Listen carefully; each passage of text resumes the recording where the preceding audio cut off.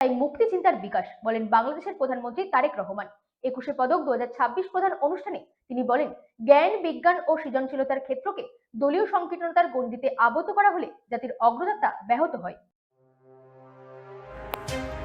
শিক্ষা সংস্কৃতিতে রাজনীতির ছায়া নয়, চাই মুক্ত চিন্তার বিকাশ, এই বার্তা দিয়েছেন প্রধানমন্ত্রী তারেক রহমান। তিনি বলেন, জ্ঞান, বিজ্ঞান ও সৃজনশীলতার ক্ষেত্রকে দলীয় সংকীর্ণতার গণ্ডিতে আবদ্ধ করা হলে জাতির অগ্রযাত্রা ব্যাহত হয়, বরং এগুলোকে হতে হবে মুক্ত চিন্তা, উদারতা ও নৈতিকতার উর্বর ভূমি। 21শে পদক 2026 প্রদান অনুষ্ঠানে প্রধানমন্ত্রী বলেন, এই পদক কেবল সম্মাননা নয়, এটি 1952 সালের ভাষা আন্দোলন থেকে শুরু করে জাতির গৌরব উজ্জ্বল ইতিহাসের ধারাবাহিক স্মারক।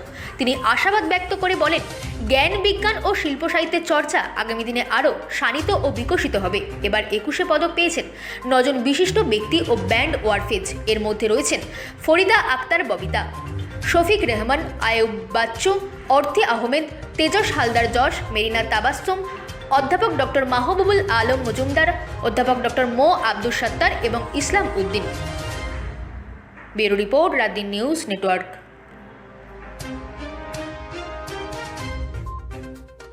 কিছু কৃতিমান ব্যক্তিত্ব উপস্থিত হয়েছেন যারা শিক্ষা, সংস্কৃতি, শিল্পকলার বিভিন্ন শাখায় অবদান রেখে নিজ গুণে সমাদৃত হয়েছেন। আমি অনুষ্ঠানের শুরুতেই এই কৃতিমানদের জানাই আন্তরিক অভিনন্দন।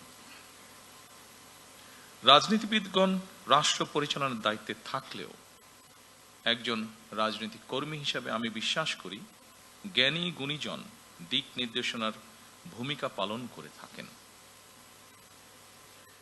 একটি রাষ্ট্র এবং সমাজে কৃতি মানুষদের সংখ্যা যত বেশি বাড়তে থাকবে, সমৃদ্ধি এবং নৈতিকতার মানদণ্ডে সেই সমাজ তত বেশি আলোকিত হতে থাকবে। সুতরাং রাষ্ট্র তার নিজের প্রয়োজনে জ্ঞানী গুণী মানুষদের সম্মানিত করে। সম্মানিত সকল উপস্থিতিবৃন্দ, সুধীবৃন্দ, এই উপলব্ধি থেকেই স্বাধীনতার ঘোষক শহীদ প্রেসিডেন্ট জিয়াউর রহমান স্বাধীন বাংলাদেশে প্রথমবারের মতন 21শে পদক প্রবর্তন করেছিলেন। এটি শুধু একটি পদকই নয়, বরং এই পদকের মধ্য দিয়ে 52 ভাষা আন্দোলন থেকে আজ পর্যন্ত বাংলাদেশের ঐতিহাসিক ঘটনাবলীকে স্মরণে আনার পাশাপাশি যেসব বিজ্ঞজন শিক্ষা, সাহিত্য, শিল্পকলা, গবেষণা ও চর্চায় নিজেদেরকে এবং রাষ্ট্র ও সমাজকে সমৃদ্ধ করেছেন, তাদের সঙ্গে আপামর জনসাধারণের পরিচয় ঘটে।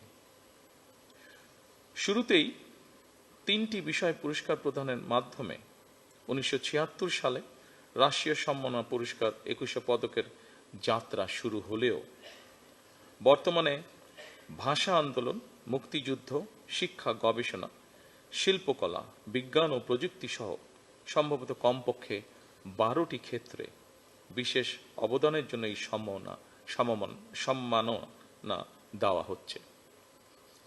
এটি নিঃসন্দেহে একটি ইতিবাচক অর্জন। জ্ঞান, বিজ্ঞান কিংবা সাহিত্য চর্চার ধারা আরো শানিত এবং বিকশিত হোক, এই প্রত্যাশা করছি আমরা সকলে। শিক্ষা, গবেষণা এবং শিল্প সাহিত্যের চর্চাকে আরো বেগবান করতে রাষ্ট্র এবং সরকার তার দায়িত্ব অবশ্যই পালন করবে। আমি বিশ্বাস করি শিক্ষা, গবেষণা এবং শিল্প সাহিত্য চর্চাকে রাজনীতিকরণ করা কখনোই সভ্য সমাজের পরিচায়ক নয়।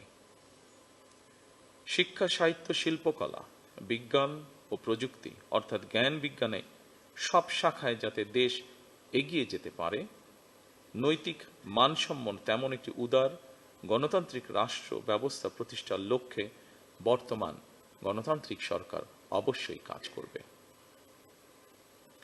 আমাদের এই যাত্রায় দেশের বিজ্ঞজনদের দিক নির্দেশনা অবশ্যই প্রত্যাশিত। কৃষ্ণনগর পাসপোর্ট অফিসে বোমা রাখার হুমকি মেল